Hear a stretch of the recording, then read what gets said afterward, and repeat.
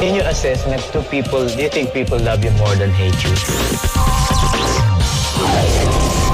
Parang sign pag in love si Dixon. Some people say that you're doing this deliberately. Can we talk about like what we're doing now? I've never, and I don't think I will ever be accused of being a liar. Wala pa naman siya napapatunayan kasi hindi na kami friends.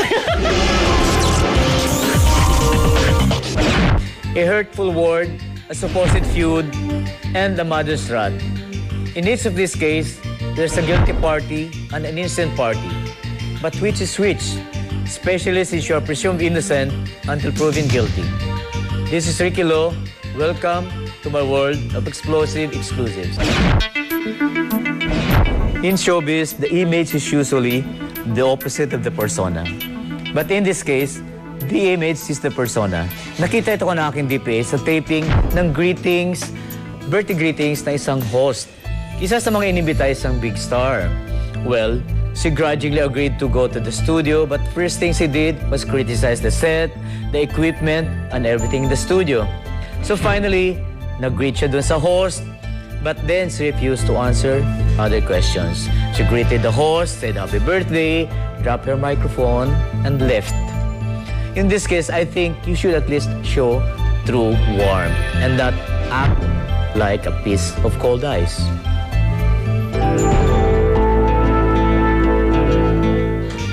Sometimes you say something lovingly or jokingly. And in the context of how you say it, people react in varied ways. This is how the word war between Martin Rivera, Pops Fernandez, and Katrina Ojeda started. Along with his sons Ram and Santino and his new life partner Katrina Ojeda, Martin Rivera was flown in a week ago by Manny Pangilinan for a private party. Para mag-enjoy the next half, the last half of the summer of my children. Because Robin, hindi kasama si Robin sa Las Vegas. It's been good. Sights, And we've been enjoying Connecting the with foods we've relatives. missing. Katrina more than anyone because she's been gone for 5 years. yeah. Ako, I was just here, not too long ago. So, ang dami pinagbago siguro kay Katrina, no? You know, the skyline has changed, but the traffic has not. The pollution has not. But she doesn't care. She's home and she loves it. She's So, happy first there. time ni Katrina in 5 years, and first time for Santino. 7 months old, no? He was very good on the plane. Yeah. But when we landed, Did he behave on the plane? behaved very well. Ask anybody in Philippine Airlines. He was a very good boy. Oh. But when we woke up the next morning, he had a high fever, he had a sore throat, he had teeth coming in. Talagang lahat. So masama-sama lahat ng mga sakit ng It's isang the hit, bata. ano? Ram spent vacation with you, One whole Katrina month with us. Santino. Yes. You went to Disneyland. You went so many places, yes. no? Fun. So that my Ram boy can be a kuya for the first time. Si dito sa Manila, si Robin ang kuya. Yeah. Sa Amerika naman, si Ram ang kuya dahil hindi kasama si Robin. So, Mas masaya sana kung doon si Robin, ano? well, he's a different life now. He's a man. He's 20 years old. He's studying into music also. Yeah. He has exams and he has he's the musical director dun sa church namin sa Alabang, sa South City Church in Alabang. He's the musical director. So if he leaves, Wow. sino magla-lead yung in youth your band? footsteps. Feeling ko siguro God has a plan kung bakit wala akong trabaho this whole month. And I think it's so that I can become closer to Ram, to be a father, to be talagang 24 hours a day, 7 days a week. Talagang kaming dalawa ni Ram, kaming tatlo ni Ram at si Santino. I mean, talagang I was just a father, not a concert king or a performer or a Las Vegas headliner. No, just dad. It was great. So Ram and Santino were okay. Yeah, Of they course, got you and Ram were okay. Oh, yeah. How was Ram? How were Ram and Tita Katrina? Very good, actually. It's contrary to all rumors. Yeah. Both Robin and Ram, they really like Katrina very much because she takes care of them. She talks to them. She cleans their clothes. She irons them. She cooks them food and makes makes the day full of The activities. maid of honor. Na naman maid. Ano? Parang maid. Ano maid? Parang gano'n, no?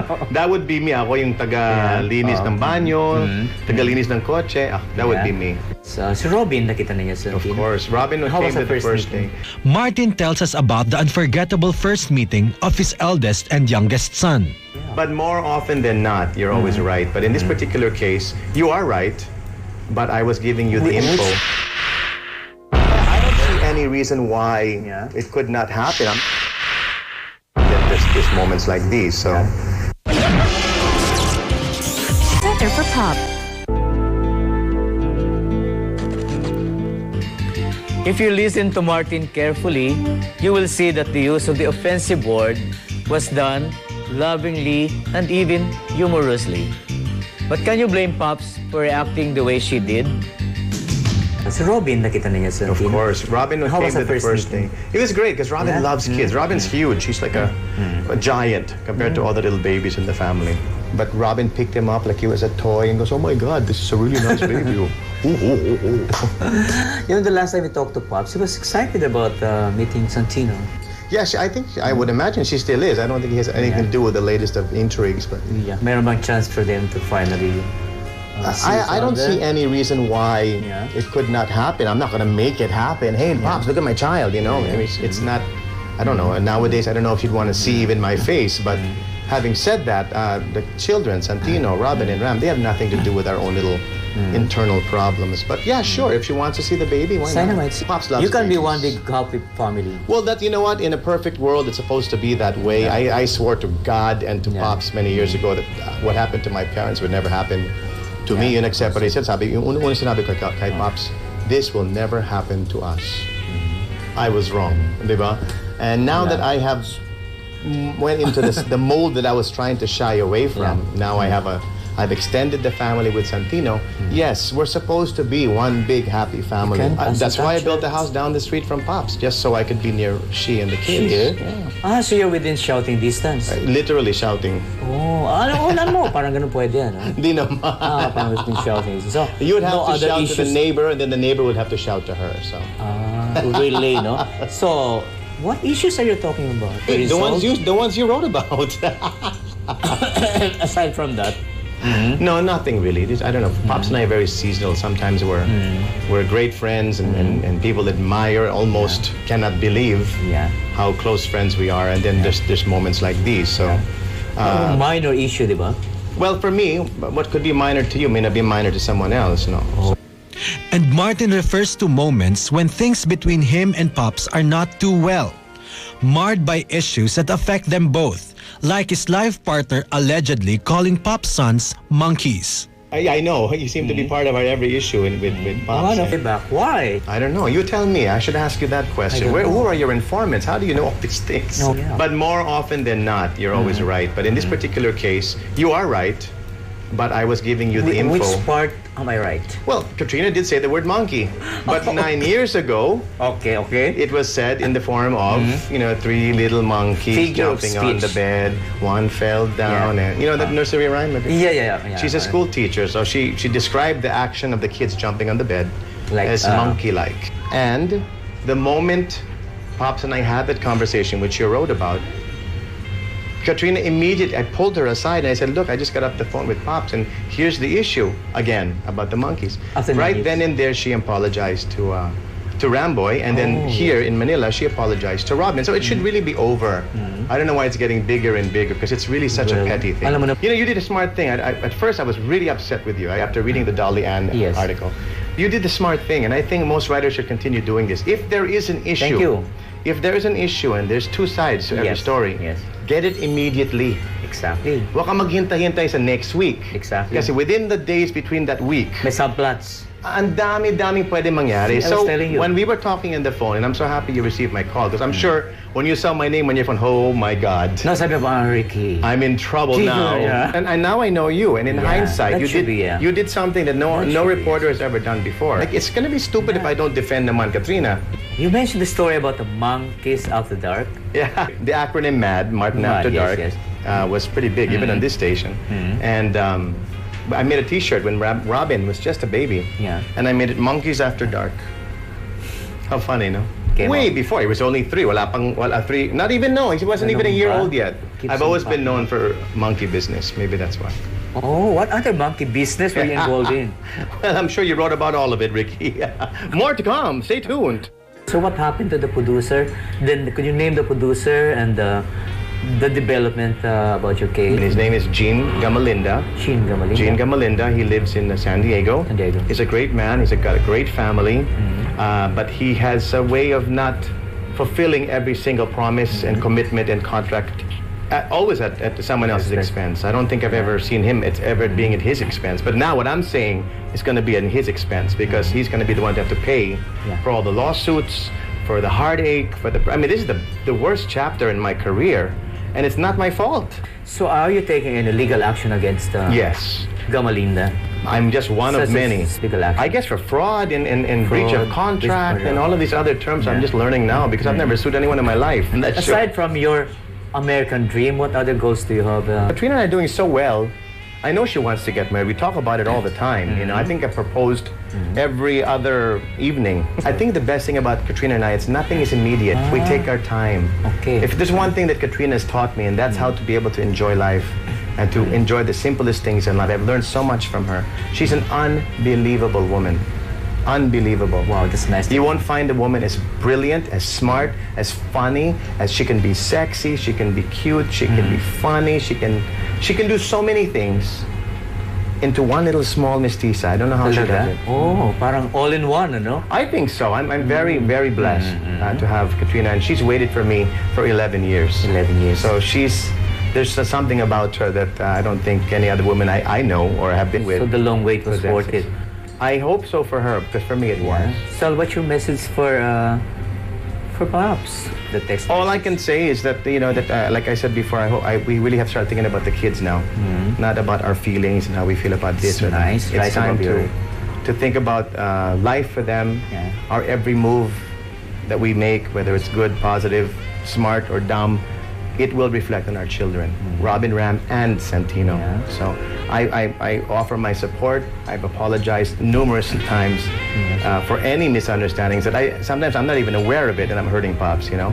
So I apologize for all of that. And how many times am I going to say sorry to this woman, you know? Yeah, to my both Robin and Ram, to my first two boys, you know, I'm very proud of you, and I'm looking forward to more moments of you giving me more pride, you know. To Katrina, just, you know, the same thing that I've always said. I'm so happy that you stuck beside me, because if you didn't, I'd probably be lost somewhere in the middle of an ocean or the desert, you know.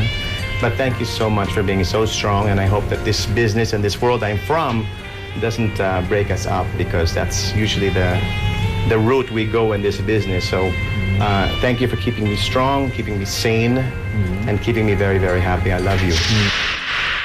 Ang hirap dalhin. So, actually, ano yun yung fear ko. Ay, diba? Parang first time gagawin yun. Sabong. That's the word that comes to mind when you think of the way Katrina Halili and Christine Reyes are being made to out-sexy each other. But it doesn't seem to be a cockfight. It's more like a cat fight.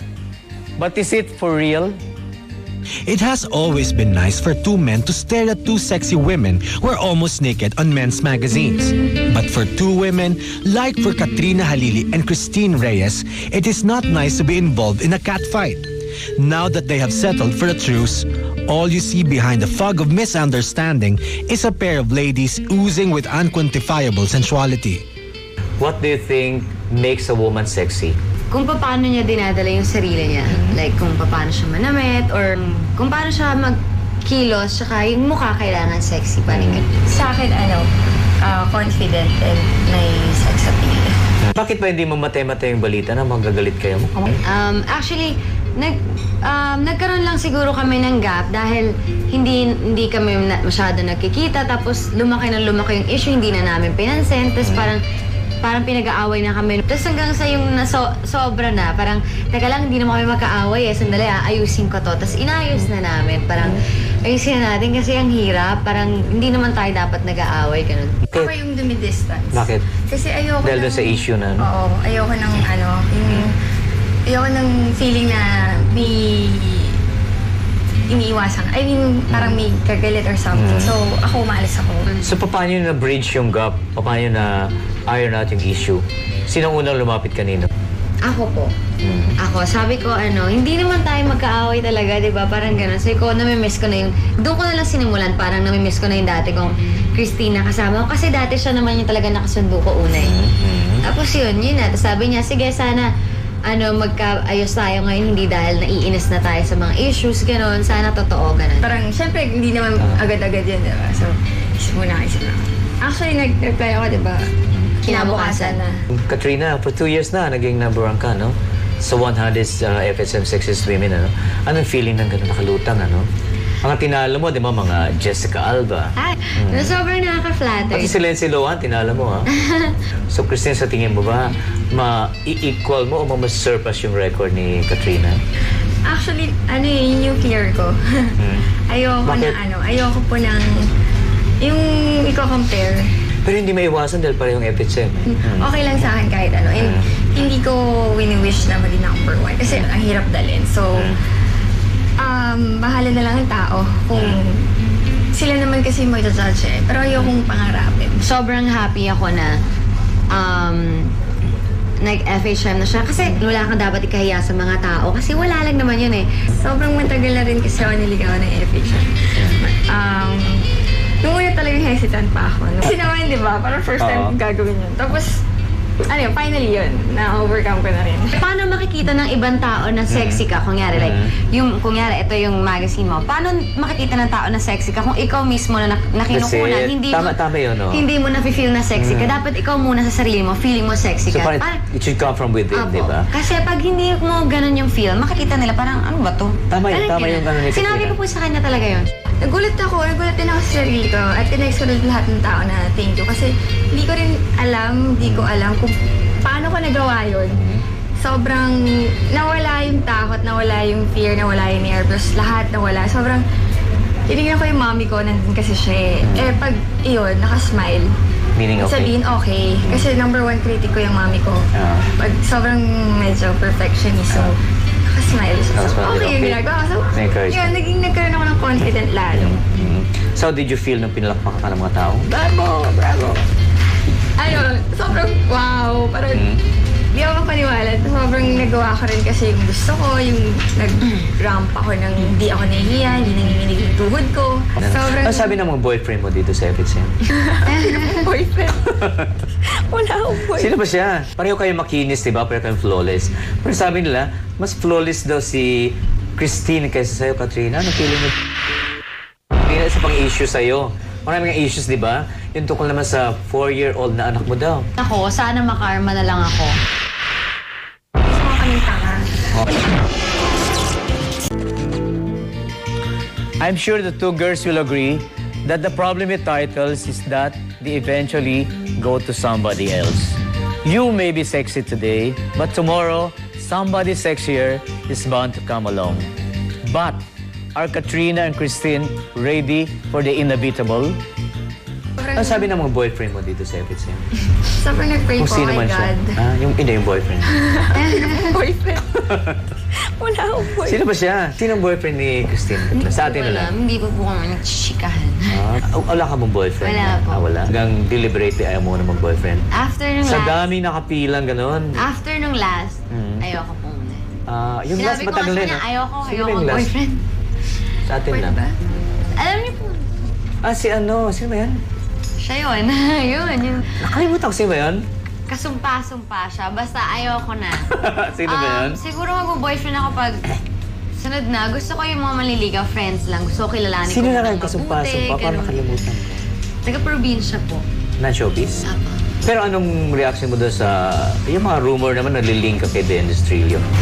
Ay, hindi. Gwapo naman si Dennis, di ba? Hindi ko Very alam kung wholesome, paano very nila reachable. nalilink ako doon. Tapos na yung super twins namin. Pero pag lumigo sa'yo si Dennis Trillo. Pero Christine, yung politiko from Pampanga, hanggang ngayon, tuloy pala yung rumor sa'yo at saka yung Wait politiko lang, sa Pampanga. pwede magtanong, sino yung politiko na taga Pampanga? Teka, Hindi ko kilala. MD yata simula noon eh. Katrina, may issue din na lumabas yung Christine Andrew, ano? Ex mo daw yan? Your ex na na-link. Na-link silang dalawa. Sino may ex mo? Andrew Shimmer. Oh, Shimmer. Nung bago, Starstruck Days. Okay. Anong reaction mo? Wala po, okay naman. Shimmer, hindi swimmer, Shimmer. Shimmer. Magkaibigan naman po kami. Tsaka wala, okay lang. Oo, dami mong friends. Okay, so Katrina, isa pang issue sa'yo. Maraming issues, di ba? Yung tungkol naman sa 4-year-old na anak mo daw. Hindi ko alam kung saan galing yun. And wala akong anak talaga. And kung nagsisinungaling ako, sana makarma na lang ako. Kung sino nagsisinungaling sa amin, kung sino man yung taong yun, makarma na lang. Basta, sinasabi ko po, wala pong anak. hindi po nagsisinungaling. Ngayon, kung sinasabi niyo po nagsisinungaling ako, sana makarma po ako ngayon.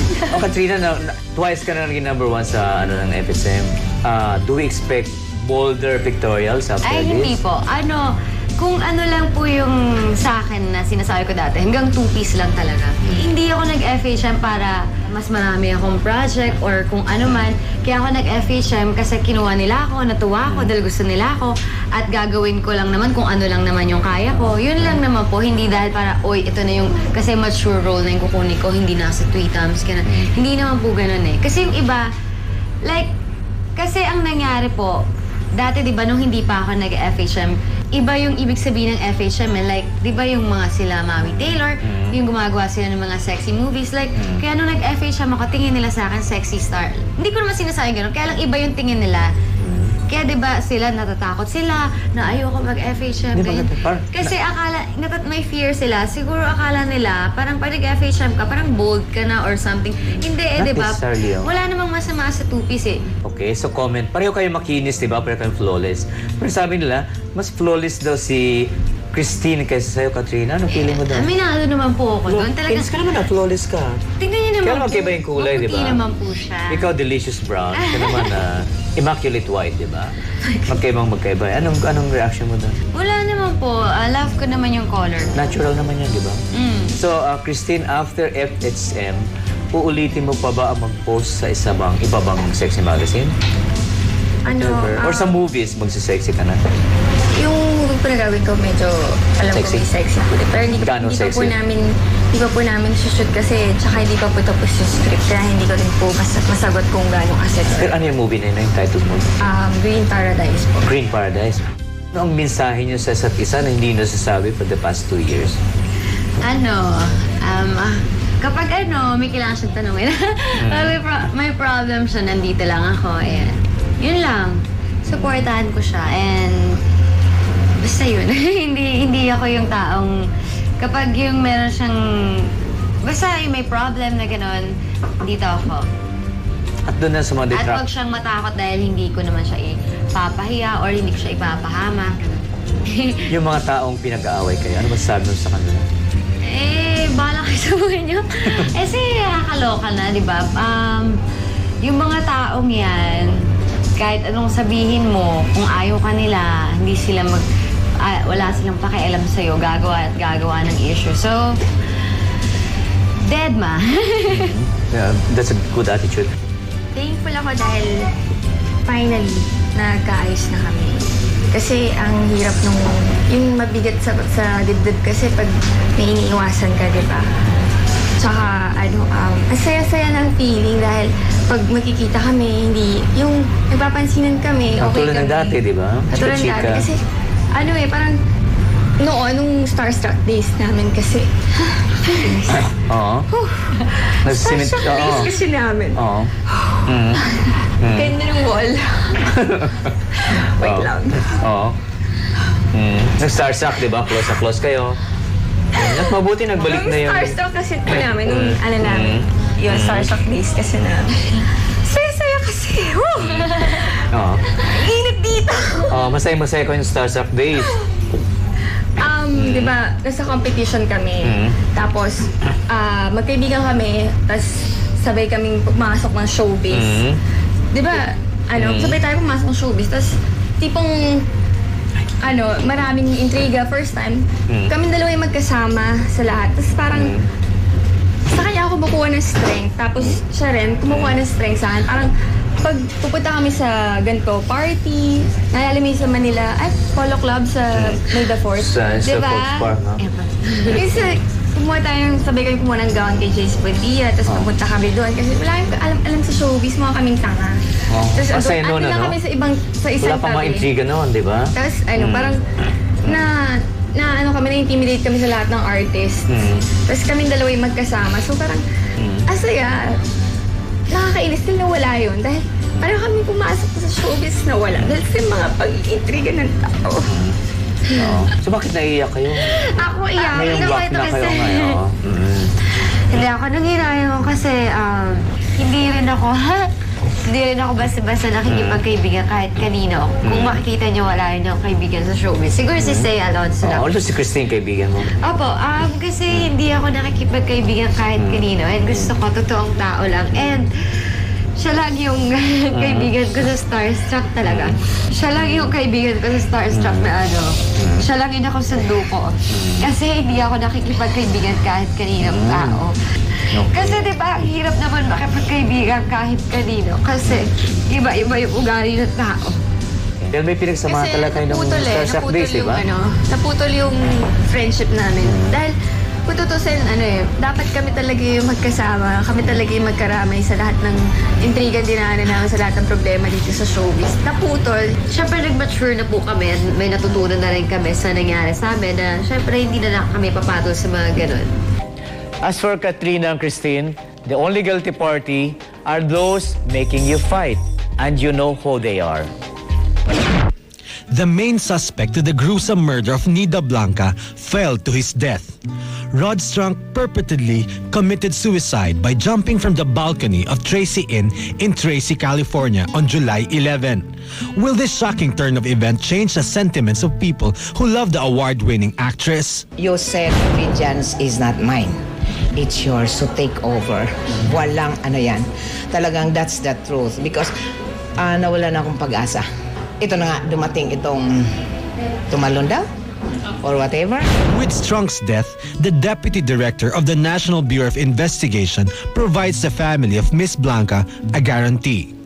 Ang kaso ni Nida Blanca ay tuloy-tuloy naman kasi nasa kulungan nga si Philip Medel at ang kaso laban sa kanya ay tuloy-tuloy. Hindi natin alam kung what is this, kung siya man, na konsensya or whatever, bothered. We don't know. Only God knows. Leave it to God na lang.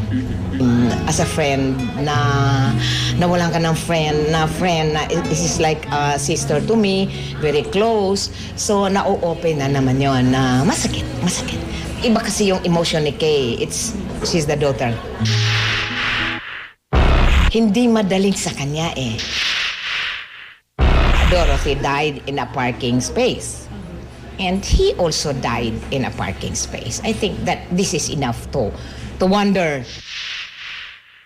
So nag-meet kayo ni Amy, the mother of the body? We had a private meeting before. Yeah, just 2 weeks ago, sabi ko, dalawin ko kaya. I said, so I thought of Kay. So we didn't know why this happened now after 2 weeks that I thought of her. When this happened, I have to call her up. I think I called her up because I was the first one to know. Confirmation muna, inalam mo na kung totoo. So it came na totoo. So I have to call her up, and that was the first and the last time that I talked with her. Now, we get in touch naman. Hindi madaling sa kanya eh. She has to, I think, legally, she has to consult a lawyer and her own emotions. How does she react to her emotion? Ang akin, as what I've said, I was not shocked because I knew it was coming from God. So, yung sa kanya, maybe the pain is still there, malalim ang pain, deep ang wound. So, let's give it to her. We respect her.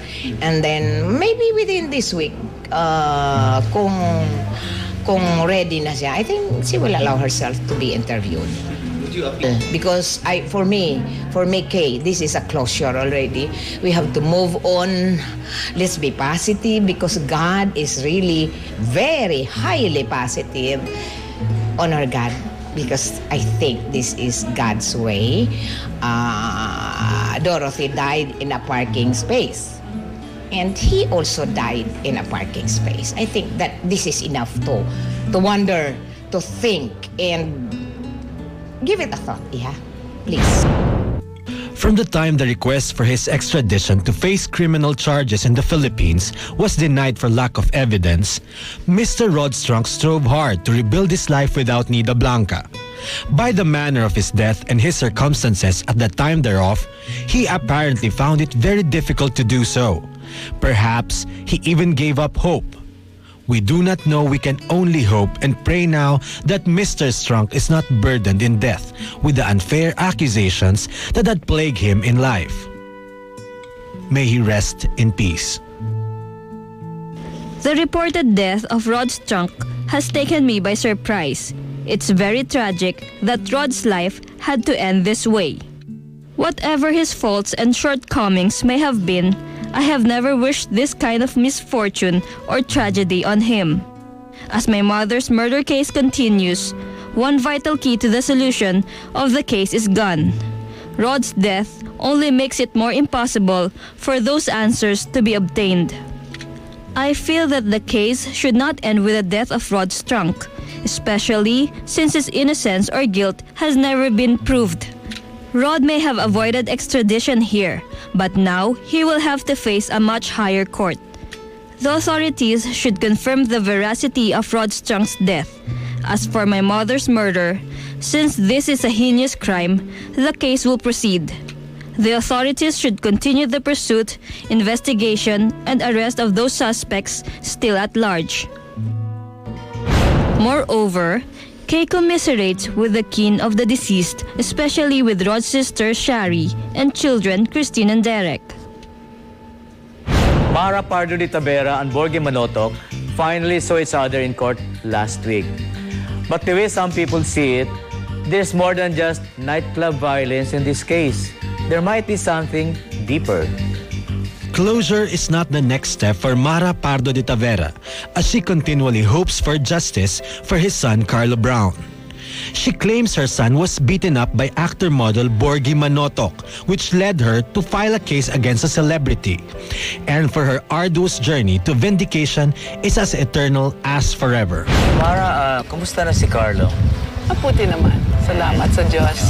Improving and he's, polishing up on physical activities, keeping himself busy, learning his music. He's very much into music. He's into music. And cinematography. So he's been keeping himself busy with that. So, how long was he confined in the hospital? And could Very you, short yes. because we feared for his security. Just 2 days. But the doctors wanted to keep him longer. But I was worried about the security. Pero injuries niya marami, no? Ang dami. 1 hour of stitching. 1 hour? 1 hour. Yeah. The girl who was so stitching him up how many stitches lahat? lost count. She said, Ma'am, hindi ko na mabilang sa dami-dami ng ginawa ko. If you look at his head, it's very visible, the scars that are there. We've done a lot of therapies for him, alternative medicine therapies, which is my preference. Yeah. Si Borgie filed an affidavit already, no? Yes, there was a file counter counter-affidavit. charges? No. I'm not sure, but there was a counter affidavit, and I found it funny because they, the first page said something about that our case was good fictional writing. Oh. So nag-meet kayo ni Amy, the mother of the Borgie? We had a private meeting before. Yeah. Just the two of you, mother to mother? Mother to mother, but we did have each lawyers with us. Yeah. Kumusta naman yung meeting niyo, Mara, with Amy? Well, it was a very good meeting. I think it was a meeting of concerned mothers. But being a concerned mother requires some action. And the action on their side did not follow through. So I had to follow with my case. Wala namang tempers flaring during the meeting? No. It was very cordial. Very tempered, cordial, and friendly. And friendly. So can you tell us what you want to happen with this case? I have pursued this case because I want them to learn a lesson. I don't feel they're learning a lesson yet. They're being very defensive. There is a lesson for them to learn here, and I'm a very peaceful person. I would like to know who those 8 people were. We know 2 already, Borgie and DJ Malaya or Ron Pasion. We learned of another person, another name, who is a bouncer of embassy. The bouncer of embassy? Yes. Who's supposed to be supposed to neutral. be there, neutral, and Yeah. protecting their customers. And we have 7 more to find out who they are, because in my mind, if we do not know who those 7 are, and we don't have any names or faces, they will continue to do this kind of physical abuse on others. Yeah, but you have witnesses. I have one witness who has backed out because of the fear of the, who they have to face. If you have a way of handling the case, what do you want to do? That's what I asked even before I filed my case. Did Carlo really talk to Borgie's girlfriend? Or Yes. Nusa? Yes, he did. It seems to be more than just a case between Borgie and Mara. Some people are actually expecting Amy to get into the picture. Is Mara ready for it? If you have a way of handling the case, what do you want to do? Was to see all those people who mauled my son, have them apologize to me and my son. Public apology. Public apology so that we can see who they all are. Yes. Which means they will never be able to repeat what they've done again. Yeah.